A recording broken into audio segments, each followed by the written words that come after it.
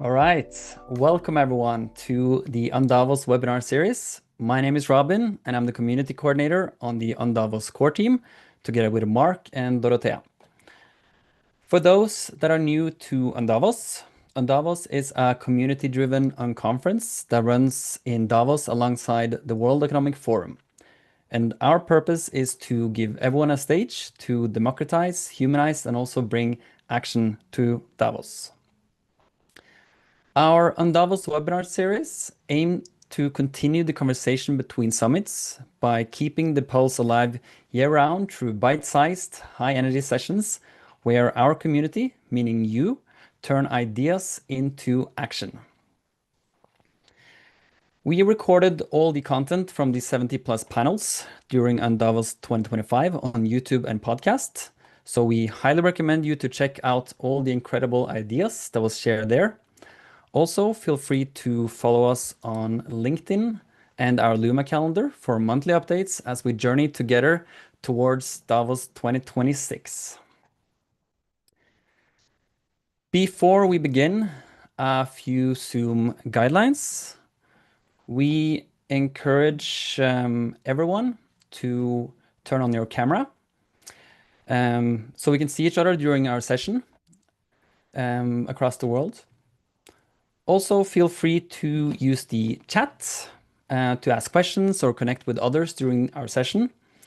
Feel free to share what you're doing, invite others for conversation. And also, Meryl Sovner, which is Network Manager, will be support on chats for questions you have during the session. Also, towards the Q&A of this session, feel free to raise your hand and you might be invited up on stage during the Q&A.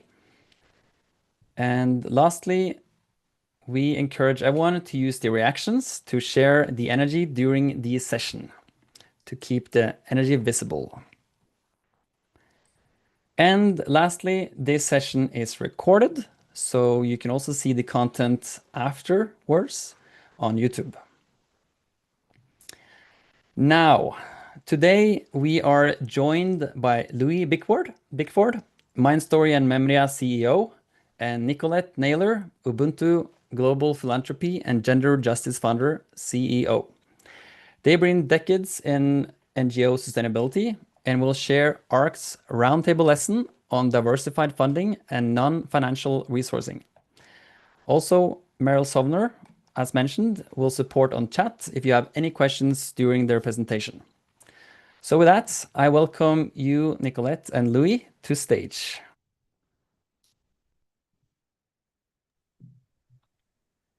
Thank you so much, Robin, and good afternoon, good morning, good evening, wherever you are in the world. I'm Nicolette Naylor, calling in from Cape Town, South Africa today. We're really excited to see how many people RSVP'd for the session. We thought we may have 5 people that would be interested in the topic, so it's really great to see the levels of interest. It says something about the moment we are in, perhaps.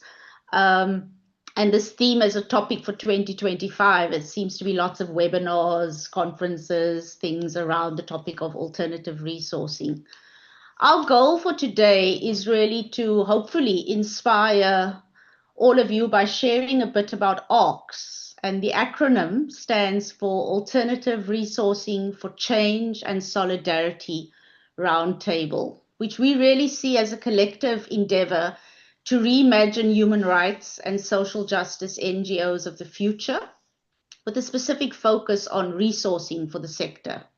And Louis and I are going to be in a bit of a conversation with each other as we explore the problem as we see it and talk a bit about the offering, what ARCS is hoping to offer. And then we really want to hear from all of you, particularly around why you decided to register for this, what was interesting about this topic that made you want to join, what you're hoping to get out of it, and also to just get some feedback on what we're going to share. So we're looking forward to spending the next 55 minutes with you.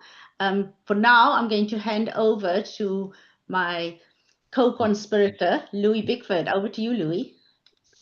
Great. Well, yes, again, thank you all for being here. It's a great combination of people, and we see a lot of people we know and a lot of people we don't know, and a lot of real experts in the room too on exactly this topic who've been working on it for years, and we recognize that expertise for sure, and we hope that you'll join in, and some of you have already been involved in our conversations.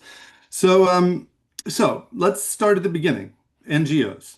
NGOs are not a divinely ordained organizational form, right? This is there's a historical trajectory here that's actually pretty fascinating, which is in the early part of the 20th century, there were very, very few NGOs. One count puts it at in 1914, there were 500,000. By the time we get to today, we've got something like 10 million NGOs globally. And in terms of international NGOs, again, there were a handful, few dozen in the around after the turn of the century, after the First World War. Now there are 47,000 by one count. So this incredible boom of NGOs really begins, as many of us remember, in the 1980s and 1990s. And philanthropy plays this very important role here. And philanthropy sees NGOs as a kind of panacea, a kind of way to help solve problems, and encourages the formation of NGOs, puts a lot of money into NGOs. NGOs are very willing partners. A lot of them are founded in different waves of founding of NGOs up through the 2010s and 2020s even. But that number is drooping off in terms of new NGOs being founded now. And long before the current spending cuts, which propel these questions into a kind of salience and urgency, but long before this, there have been critiques and discussions about the NGO foundation or government dependency problems. People will remember that book, The Revolution Will Not Be Funded. That's now 10 or 15 years old. There have been discourses around decolonizing philanthropy. So there's a lot that's been going on this long before the big spending cuts. But again, the big spending cuts have propelled this into a new urgency. And we believe that we're on the brink of a kind of Kuhnian paradigm shift here, that it's very analogous to the 1980s or 1990s when NGOs took off as a kind of new organizational form. We believe that we're in a kind of paradigm shift right now that has been a long time coming, but is really now accelerating. And we want to ask that question: what will this new form or these multiple new forms look like? And there are so many experiments that have happened to draw on. Some of this is not so brand new at all. And again, we recognize that those many experiments. I just want to acknowledge a couple of those that are some of them in the room, some not. Point people to the Rights Collab, mapping civil society innovation. We're going to put some of these in the chat. The FIRE program and Spring Strategies, which a number of you are alumni of, and the founder and both, I believe that both executive directors are in the room. The work of the Build program at Ford, the Gender Funders Collab, Weaving Resilience, Human Rights Funders Network. All of these, Humentum, we put ourselves in this kind of wave of very exciting initiatives that are going forward to reimagine civil society and think about new organizational forms or new ways of achieving mission that go into the next period. So over to you, Nicola. Thanks, Louis. And I think I'd add here that the current moment and the current crisis that we're in really shows us that we can't adopt a business as usual approach to our work. I think the world is a very different place, and this moment has forced many civil society organizations and philanthropic foundations to confront some uncomfortable questions like, who are you and how are you positioned politically in this moment? Whose interests are you serving? How do you remain relevant? And in this moment, institutional relevance is not a given. It must be continuously examined and actively earned. What does legitimacy look like when political lines are sharpening, financial resources are decreasing, at a time that authoritarianism is on the increase and the civic space is narrowing? And how do you stay focused on mission and purpose in climates of scarcity? So for me, I come into this with a question: the house is on fire. Do we fix it? Do we leave it to burn down? or do we rebuild it? And I think the moment requires courage and imagination. And we all have agency in this moment. We're not just objects that this is being done to. We have agency to ask some questions around what needs to die, what needs to be given birth to, what has been our greatest contribution, what did we get wrong? And are we able to offer a vision for the future, or do we have a vision for the past? Because I think this isn't just a crisis of democracy. It's really a test of our sector's capacity to evolve structurally, not just rhetorically. And I think there's real tensions around the willingness to evolve and how quickly to evolve. And it's important, I come into this really by thinking about the politics of the work and cultures of dependence versus independence and autonomy. There's a lot of conversation around sustainable funding, sustainable funding. I like to ask, what does independent autonomous funding look like, where you have complete independence and autonomy to do, if you want to engage in civil disobedience or storm parliament, you have the autonomy and the independence to do that without being told you are contravening a clause in a contract. And when we think about the structure of organizations and how change is happening today in many parts of the world, from Nepal to Madagascar to Kenya, do we start with resources or do we start with creativity? Is the human rights movement building a revolution or an organization? Because I think strategies for revolution versus strategies for fundraising are very, very different. Where citizens are rising up in anger and revolt, they're not waiting for a funding proposal to come through to effect change.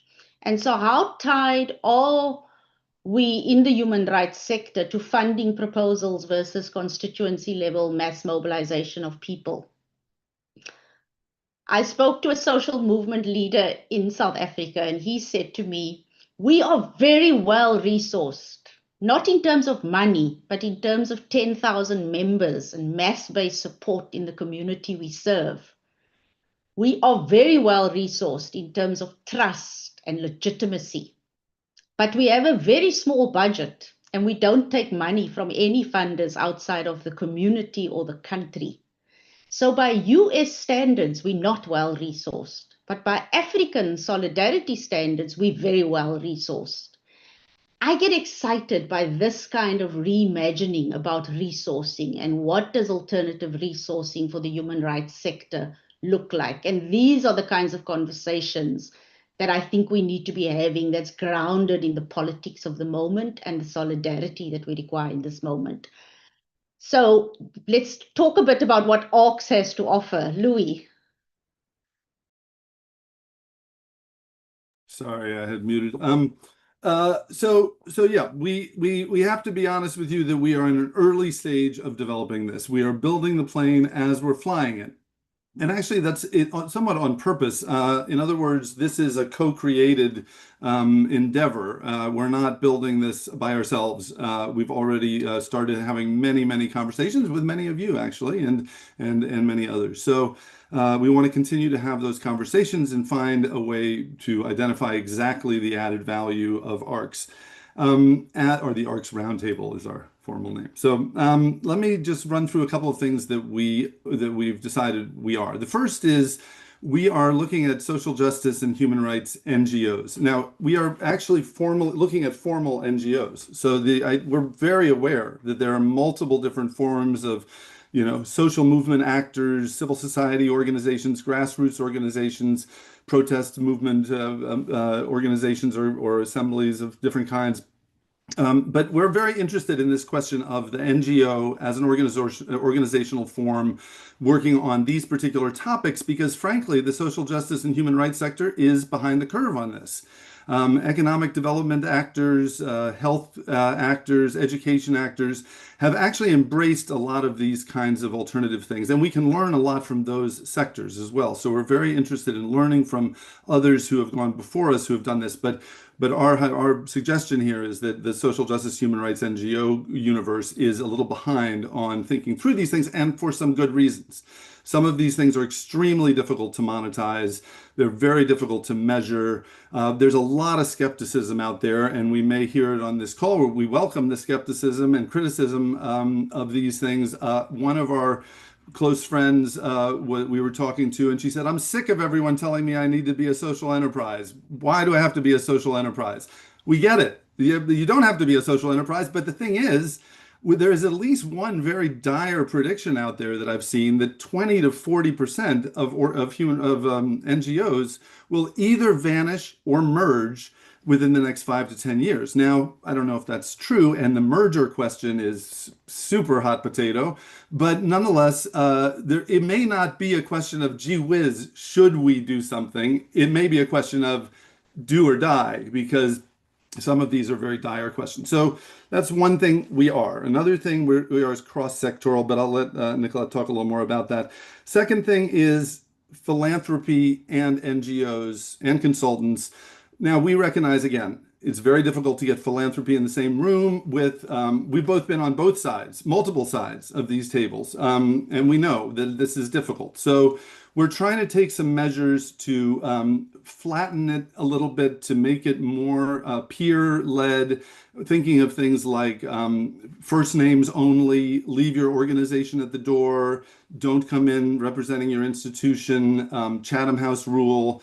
We're working through a lot of those kinds of things, and we will have some larger offerings like this, which are public facing, but we'll also have many smaller things. And some of you we've spoken to already about some of this much, much smaller, more intimate roundtable kind of gatherings.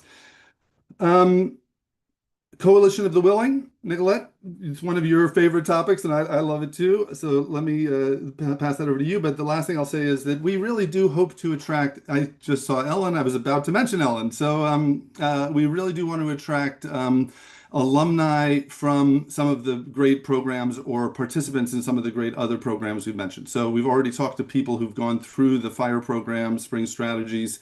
They have found that to be incredibly valuable, and also like the idea of participating in a roundtable like this. So we really very much welcome people who are involved in analogous and related efforts around the world.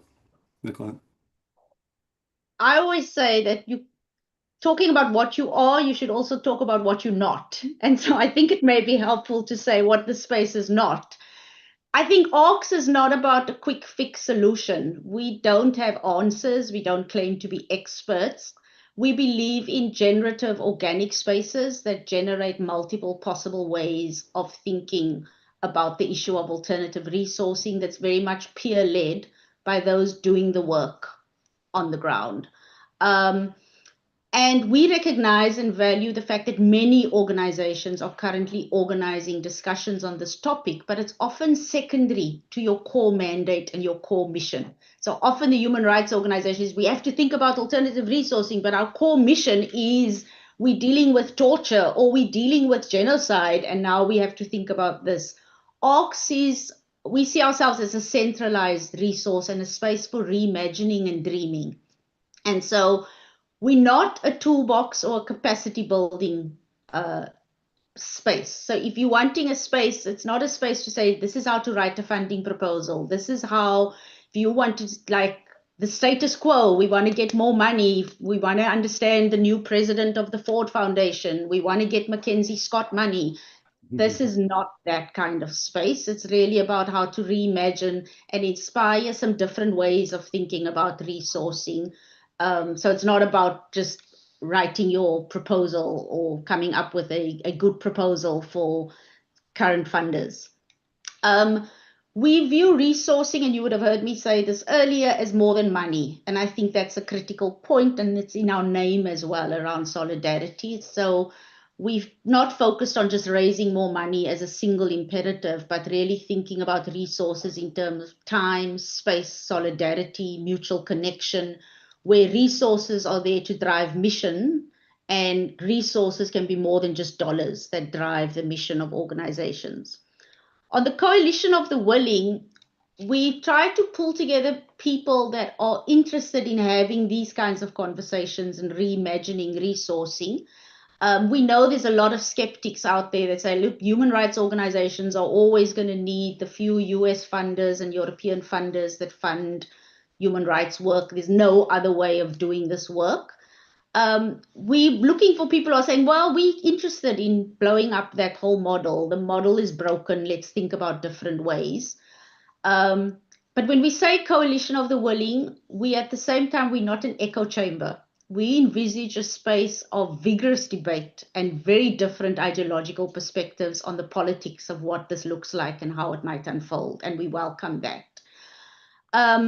We're not focused on a single sector or single geography, and we recognize that there's spaces for gender groups, feminist groups, LGBT groups, climate groups that are meeting and strategizing around resourcing, or at a regional level or country level, people are meeting to strategize. We think a broad tent approach, bringing together social justice organizations across sectors and across geographies, is critical in this moment to foster more solidarity at a time we're in a climate where there's scarcity and where you're seeing a pitting of groups against each other in this climate of scarcity. So how do we foster a climate of abundance and solidarity where you're not pitting Africa against the US in terms of don't fund them, fund us, or don't fund the climate work, fund the gender work. So that's why we think there's going to be some value, but also some tension in bringing groups from across different sectors together. So that's what we're not. We want to just turn to, and then we're going to open it up to all of you to hear from all of you. But we wanted to talk a little bit about what does this look like, and what are we starting to think about when we talk about this? Because you know that word innovation, it's such a difficult word to get your head around. But we can problematize innovation. But how do we want to think about innovative approaches to sustainability? So Louis, talk a bit about how we're thinking about this, and please put your questions in the chat. We're going to open up for Q&A soon.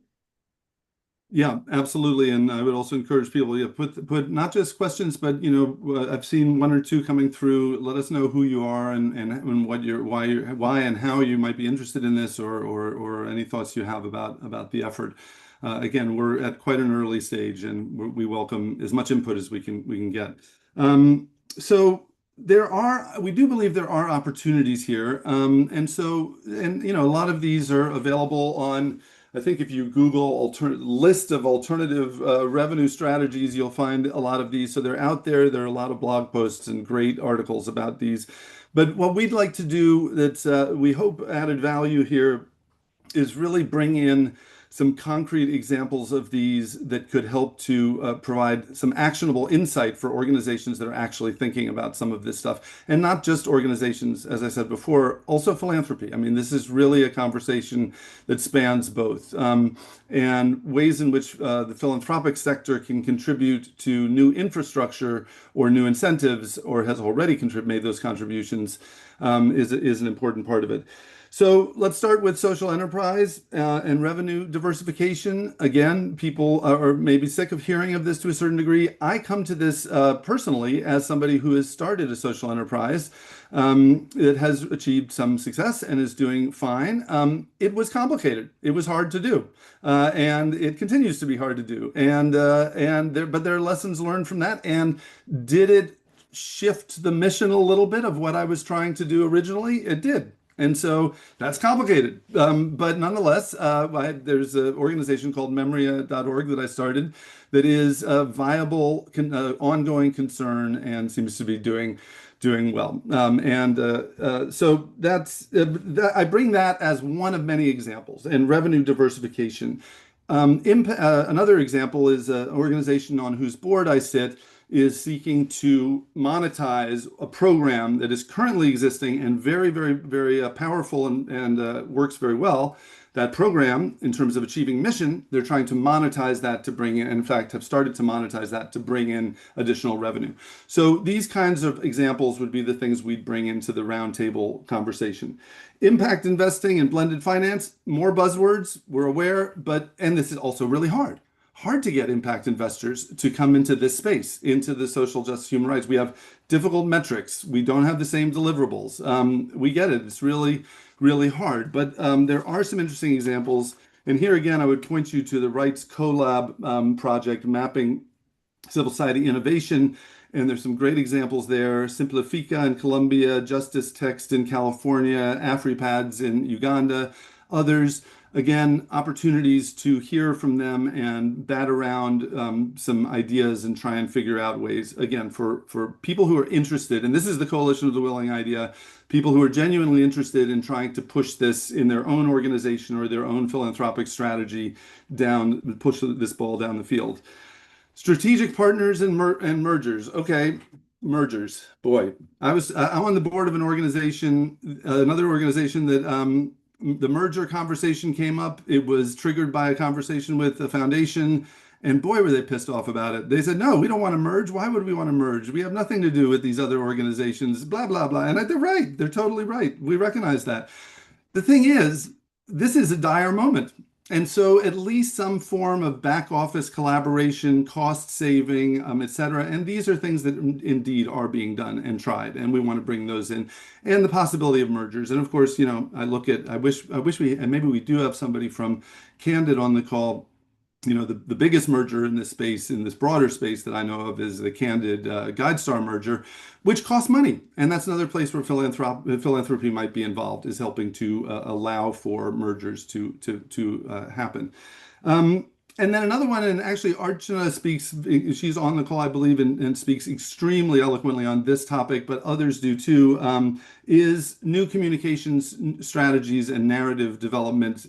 It could be that the problem, one of the biggest problems here, is an ability to communicate with constituencies and bring in kind of memberships and communities into the work that's being done.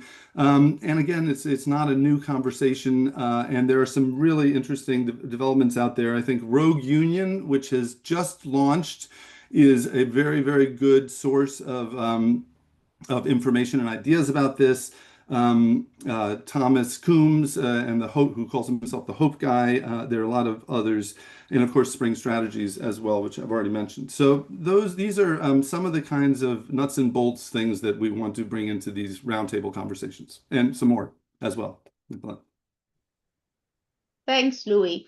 And I think there's often tension around the language we use and the semantics we use that sounds very commercial, whether it's social enterprise, impact investing, mergers. How do we apply social justice, human rights principles and reimagine it so that it is more politically grounded in a human rights narrative?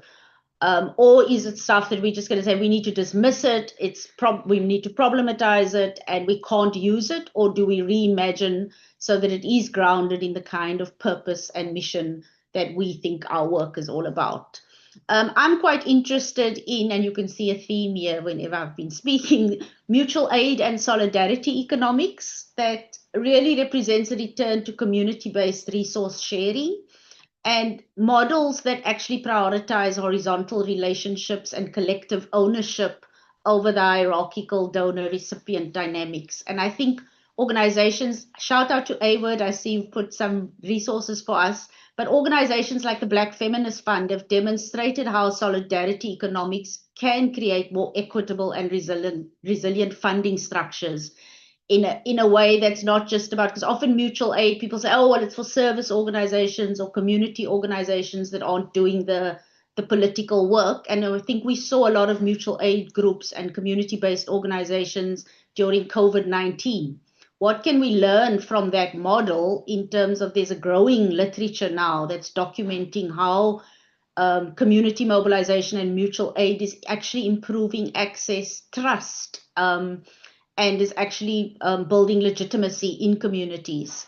And early in 2025 now, when we had the announcements around USAID, you saw organizations again coming together to share bridge funding, seconding staff, co-hosting, compliance work, pooling procurement. And I think this is promising for us to learn from as a human rights sector. It was very much driven in the development sector and the CBO sector.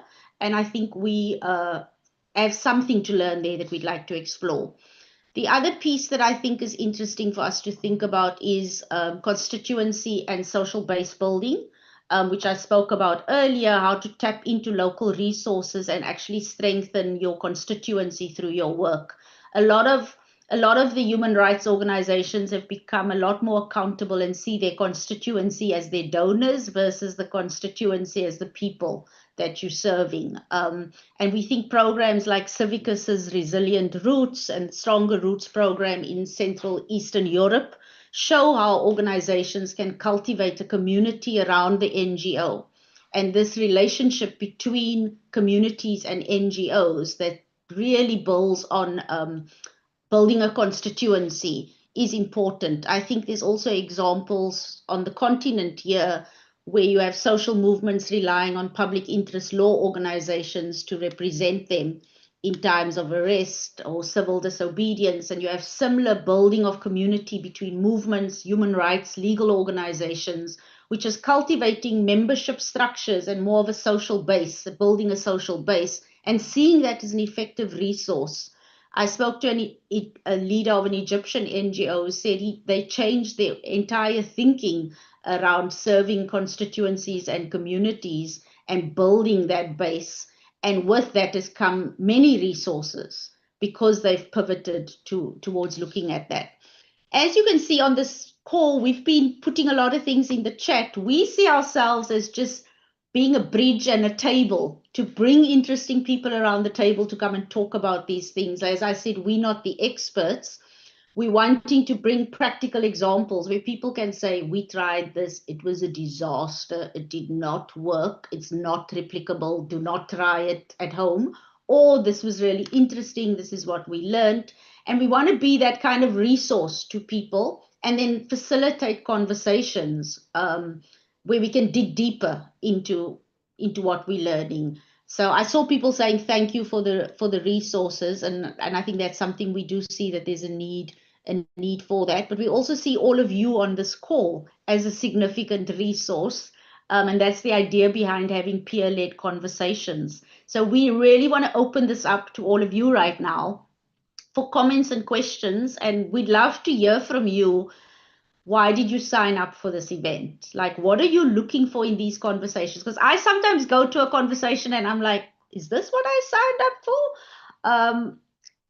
for? Where's their gap? What are you missing when you're going to these conversations? There's a lot of conversations out there.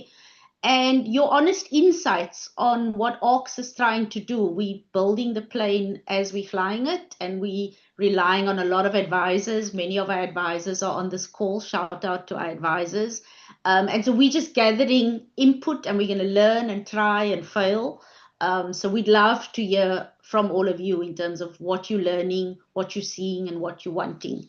So I'm going to open it up, and Meryl, our network manager, is with us. I see Jabu is, oh, hi, Jabu. Nice to see you on the call.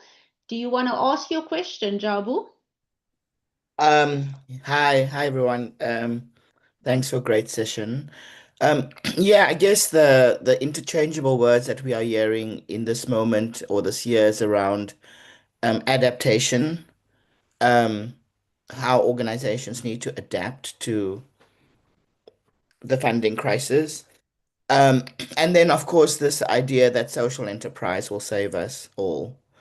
Um, so I'm just wondering, um, are there any like resource work around this kind of conversation around one adaptation from NGO to social enterprise, or are they two distinct things? And any particular resources around social enterprise should organizations want to um, think about a reimagination of their existence around that. I like this idea of NGOs or movements being shrouded around communities. And I think the last question I quickly have is just when we're talking in this broad sense about movements and organizations, do we have some kind of intersectional framework around around class, geographies, race, migration, ableism, just a wide range of issues that kind of intersect that impacts on resourcing as well. Thank you. Let's collect a bunch of, yeah. So thanks, Jabul. Shall we go to Anna, to Sue? I think it was Sue first, and then Anna. And let's take 3 questions now, and then we'll do another round. Thanks so much, Nicolette and Louis. Nice to see you on my screen, and lovely to see Meryl and a bunch of people I know from my Open Society Foundation days. I am Sugunor Navon. I'm based in Washington, D.C., she, her pronouns, and I currently work on developing the global strategy for Malala Fund, and which is Malala Yousafzai's organization that she founded. And we basically make grants to groups on the front lines that dismantle barriers to girls' education.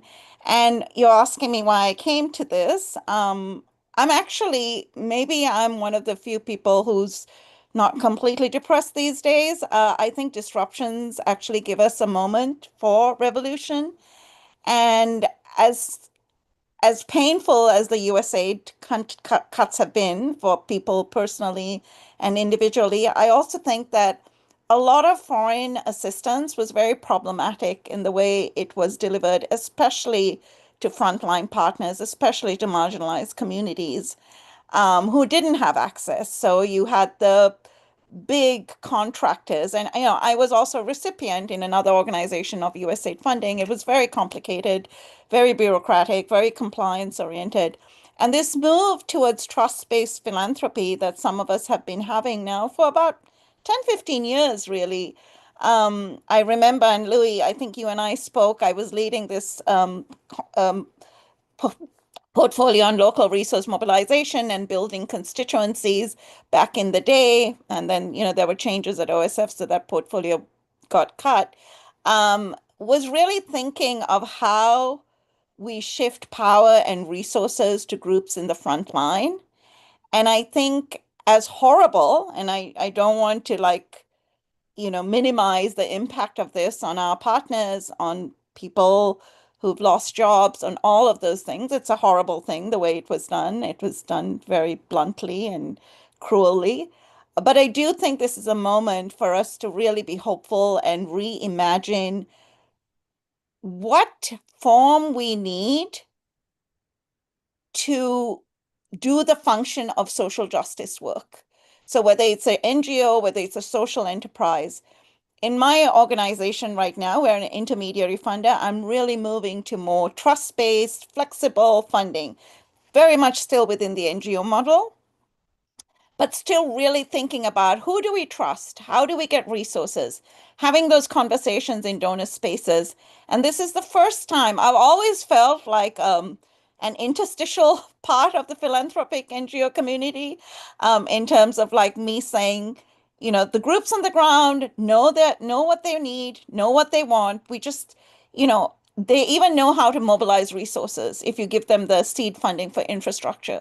So I think my larger point is I came to this meeting because this is a space of hope. And I think hope is so much what we need right now.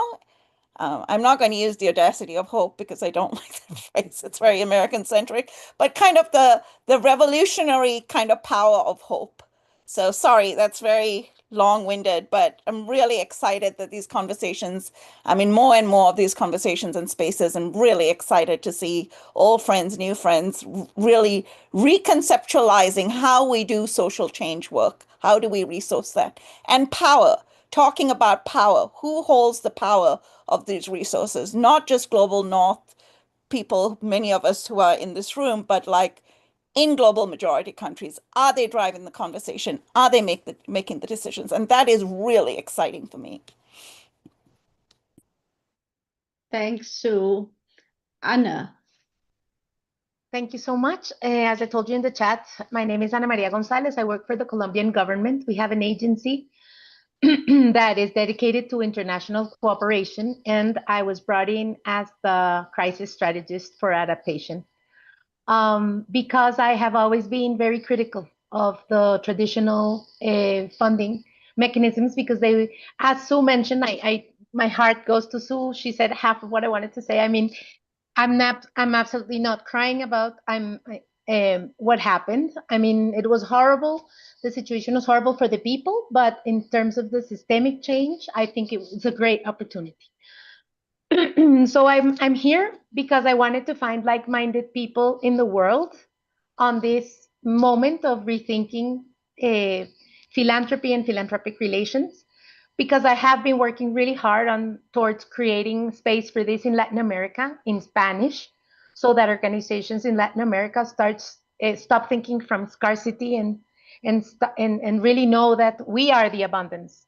Like, no, the global north depends from the global south, and so I'm working on that. We had a great event last week where 50 leaders teamed up from 14 Latin American countries in Spanish to foster this. But that's, so I agree with Sue that these are spaces that build hope and that we have each other, right? The like-minded people have each other. We don't know each other probably yet, but we'll find each other. But having said that, I also want to say something about having a collective task. Us, the ones that are here in this call today. And it is from January to April, and I've researched thoroughly and I have made interviews and everything. From January to April, panic went over the philanthropic sector.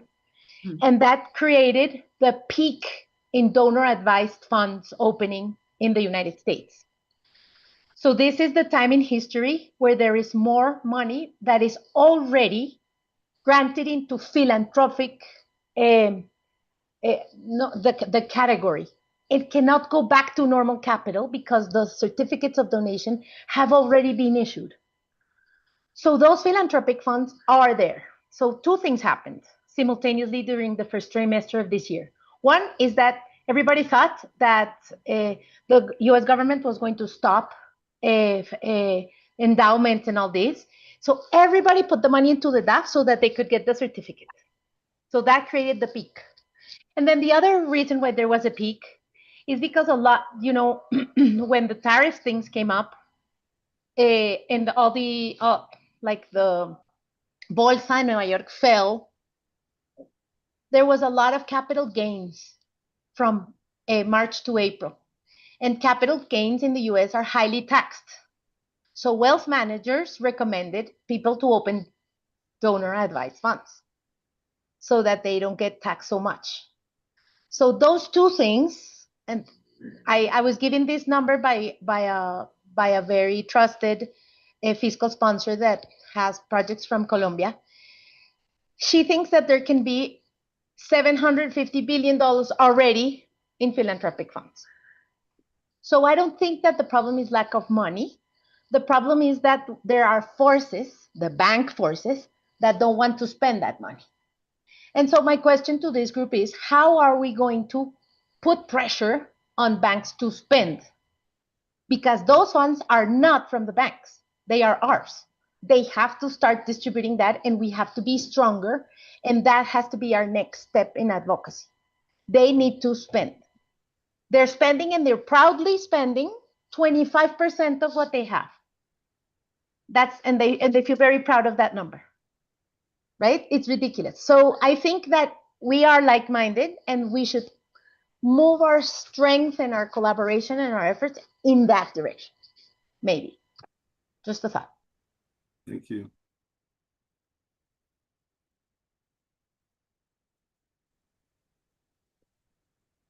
Nicolette, are you calling on? I think Yafet was next. Yeah.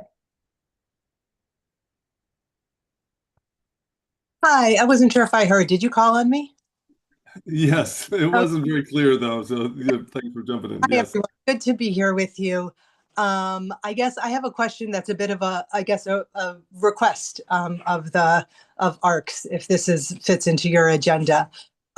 There is, and it's about sort of the dynamic between intermediary and public foundations at this moment and like very grassroots work. It comes out of my question comes out of a convening that Madre, my organization, just held with grassroots feminist and LGBT activists from about 20 countries on this question of alternative and autonomous resourcing. And what I think we all know is that, you know, the very locally rooted human rights and social justice work is often critical to especially a lot of the stuff that you were describing, Nicolette. And public and intermediary foundations are often kind of like a lifeline to those hyper-local sorts of groups. And foundations like Black Feminist Fund, Madre, like many of the others, including folks on this call, are in this moment of also needing to reinvent ourselves for the same reasons. And so I think the challenge for us is both like keeping our focus on shoring up that capacity at the very local level, while we ourselves are, you know, having this moment of transformation. And so it's a particular dynamic that feels to me like a bit of a sub conversation to what you're describing. And I know for me, and I think for other colleagues, it would be very helpful to have some dedicated space to do that. So because I'm a little bit concerned about some intermediary foundations, to build on your building the plane while flying it metaphor, Louis, you know, having this attitude of we need to secure our own oxygen masks first, which is a variation of like a scarcity mentality, right? And so I'd really like us to have a different approach. And there's also the reality of, you know, public foundations being kind of in the crosshairs of this moment in a particular way. So thanks for considering that. Thank you. I think let's take Orwell and Gaston. Hi, Gaston. And then I'm sorry, we have to close so that we can respond. So let's take the last two, and then Louis and I will dive into some responses. This is great. Thank you, everyone. Hi, Nicolette. Can you hear me well? Yes. Really delighted to be here. My name is Orwell Ahibe. I am an African fundraising consultant, and it's helping to shift the power to Francophone and Anglophone African NGOs, enabling them to diversify their funding to ensure financial sustainability. So particularly helping them to transition towards corporate sector partnerships and social enterprise models. I will say that the funding squeeze has really hit us very bad across sub-Saharan Africa, particularly for African NGOs. Since January, I have been all over the place, helping to support colleagues with trainings, one-on-one support across sub-Saharan Africa, Kenya, South Africa, Ghana, Congo. It's been the same story. Unfortunately, up to 90% of African NGOs were dependent on funding just from governments and also UN agencies. And both of those sources have been really compromised in the last couple of months. And from USAID alone, we lost $12 billion that came to African NGOs last year. So what I am saying thus far is an appetite for wanting to transition to corporate sector partnerships, a real lack of understanding of how that can be done, how we can navigate like this kind of legal challenges around registration. Most of the registration is an either or aspect where you're either registered as a nonprofit or a for-profit. So there isn't like that social enterprise in between where a lot of organizations across Africa could transition to it. Then again, very limited resourcing or understanding really, particularly of corporate partnerships as like an alternative source of resourcing. So it hasn't been something African NGOs have had to do over the last, 40 years. So it's really kind of brand new thinking around how do we look at ourselves, how do we resource internally. So I like what you said, Nicolette, looking at about when you talked about how local constituencies, how we can look at local constituencies across, I guess, across Africa, more like as some form of donors and rather than just beneficiaries. So how we can tap into that kind of pool to enhance it. So I guess my expectation here is to kind of hear how folks around the world, but particularly in sub-Saharan Africa, look leveraging this kind of alternative resourcing models. In what ways in particular we can ensure, because just like the other speakers have said, the sector really was broken, particularly in terms of localization, shift the power, the grant bagging. So hoping to see that even as all of us collectively transition towards alternative models, sub-Saharan Africa or maybe global South NGOs not end up at the bottom, in the bottom pile once again. So how can we do this right now that we all have an opportunity to do it over?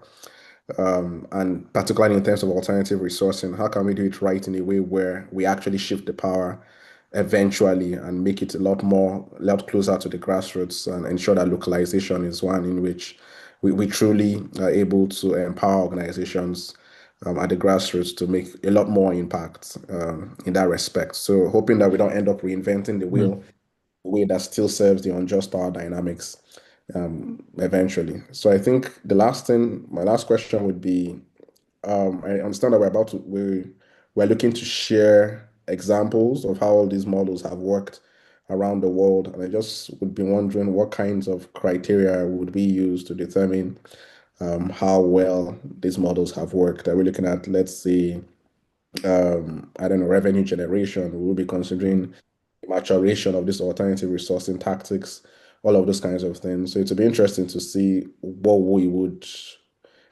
term as successful alternative resourcing models, and hopefully how I can, for myself, my intention would be to be able to transition that back to clients and other CSOs that I serve on the African continent. Over to you, Louis and Nicolette. Thanks. Thank you. Gaston. Yeah. Hi, everyone. Thank you, Nicolette and Luis. Great to see you and see you all here. I think answering, Nicolette, to your question, why I'm here, I mean, we've been talking about this for the last many months, and I think ARC is a great idea. And I think this kind of space are very important because there is a feeling of urgency, political urgency for the movement to discuss other alternative model of resources. I think more than ever this year, and particularly, I mean, with the crisis of cooperation, we challenge or we deal with a situation, a discussion that we delayed for 20 years, and we didn't want to confront. Actually, all of us, or many, I mean, sorry, I am from INCLO, International Network Civil and Human Rights Organization, but I've been the director of Center for Legal and Social Studies and Human Rights NGO in Argentina for many years. I am based in Buenos Aires. So I was saying that we knew that there was a political structural problem with the old paradigm, but actually we felt quite comfortable in Dutch model, and we didn't want to confront that at the time that we needed to think alternatively. So my question, I mean, I agree with all of you have said, Nicolette and Luis. I have a couple of questions. One is, still, I think there is a kind of a paralysis for many actors of the movement that really understand the need of the change, but they cannot move toward that direction.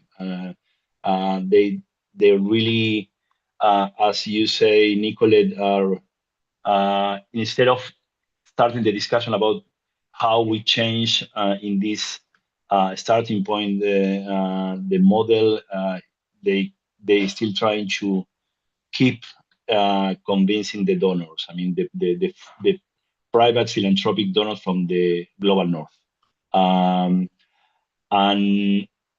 I think it's a kind of a cultural problem that we have to challenge. And the second is, what is the role in this transition of the role of the private philanthropy that has been the supporter of the field for the last 40 years? In my own experience at CELS, and actually Helen has been part of it, we had a very quite successful experience in terms of mobilizing local resource in like individual donors campaign.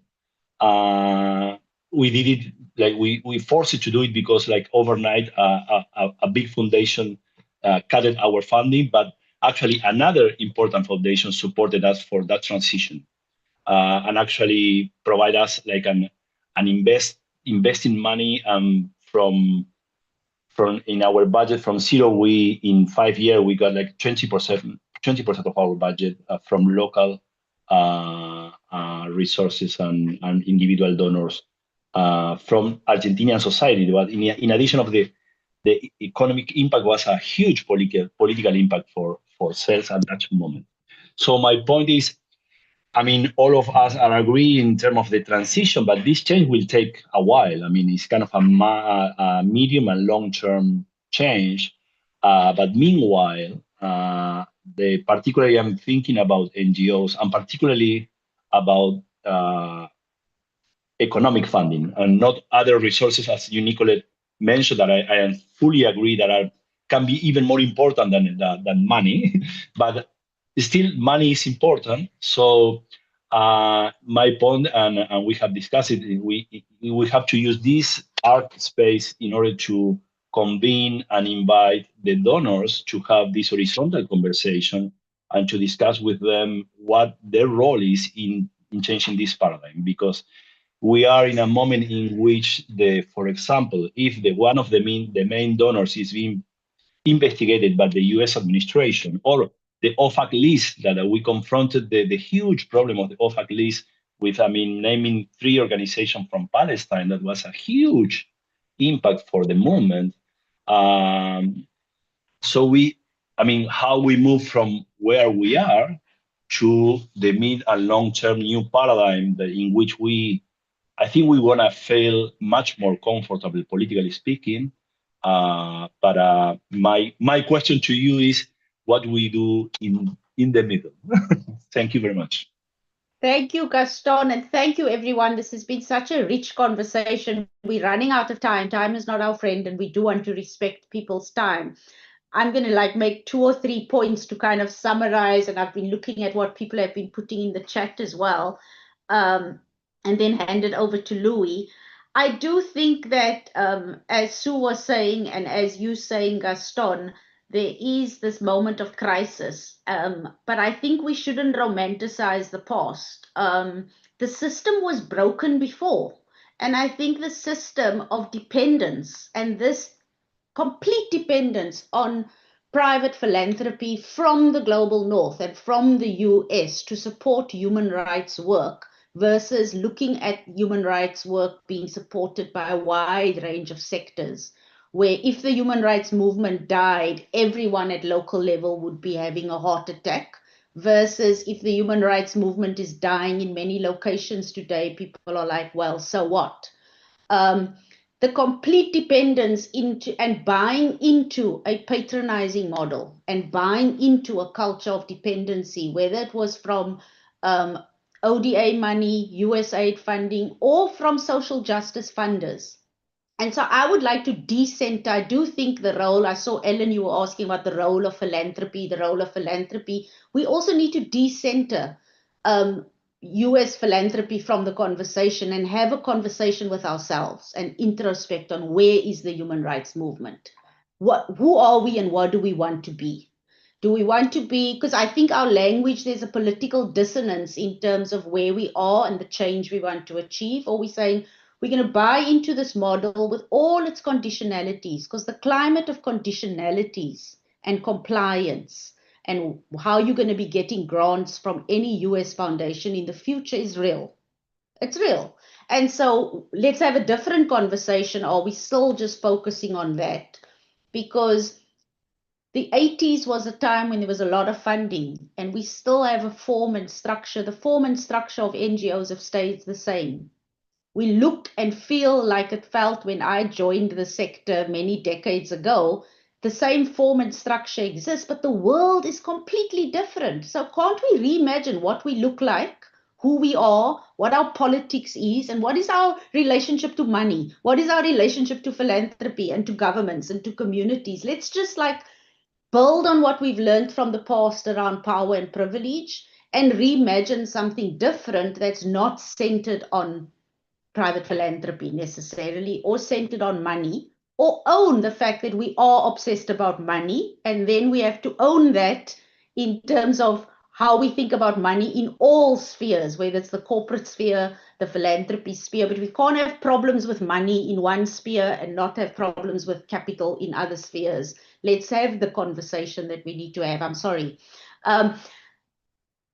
We want to collect all your questions and your feedback to us around what you think would be useful for conversations. These are the conversations we want to be having, and you can be in touch with us.